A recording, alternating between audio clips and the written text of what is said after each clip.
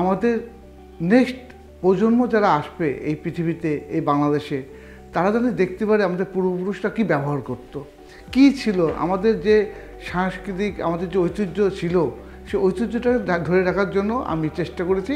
এটা পাথরের পিঠার শ্বাস, পাথরের গামলা। এটা একটা পাথরের, এটা কী কাজে ব্যবহার তো বলতে পারি না, তবে অনেক ডিজাইন করা পাথরের।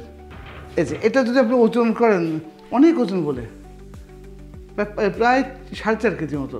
আগে পাথরের হামানদিস্তাও ছিল এরকম, এবার ঘষে ঘষে জ্বর সর্দি হলে আমাদের আগেরকার ছোটো দাদিরা বা নানিরা এটা ওষুধ খাওয়ায়, বাচ্চাদের খাওয়াতো। আমাদের আত্মীয়তাও আগেরকার দিনে এত সম্পর্কটা গাঢ় ছিল, আত্মীয়তা ঠিক এইরকম প্লেটের মতো, কারণ এখানে খাওয়া দাওয়া দিত, সম্পর্কটা এরকম ছিল।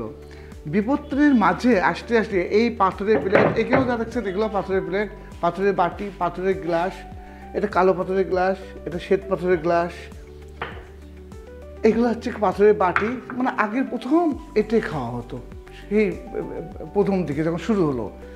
তারপরে বলে আসলো মাটির প্লেট, এটা মাটির প্লেট রাখা হলো।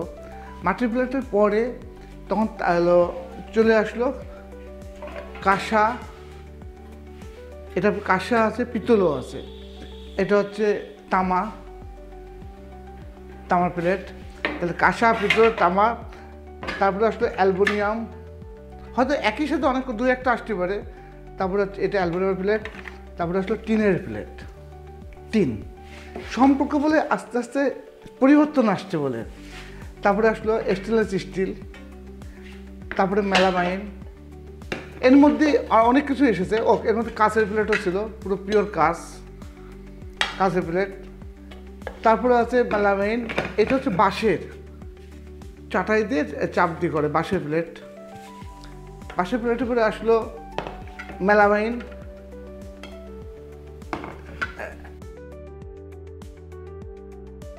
সিরামিকের প্লেট। সর্বশেষ আসলো পাইরেক্স প্লেট।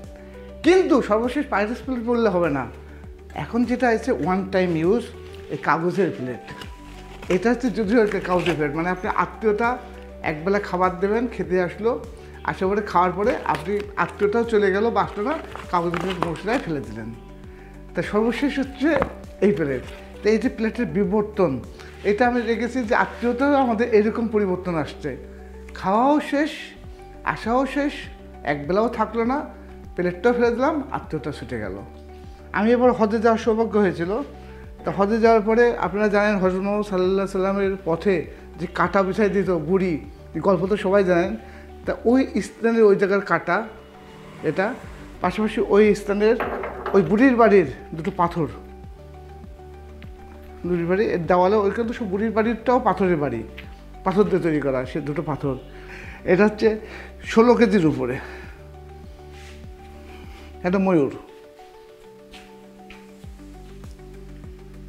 মানে সোনা ঘষে যেটা, সেটা মানে কোষ্ঠী পাথরের। এটা কাঠের প্লেট।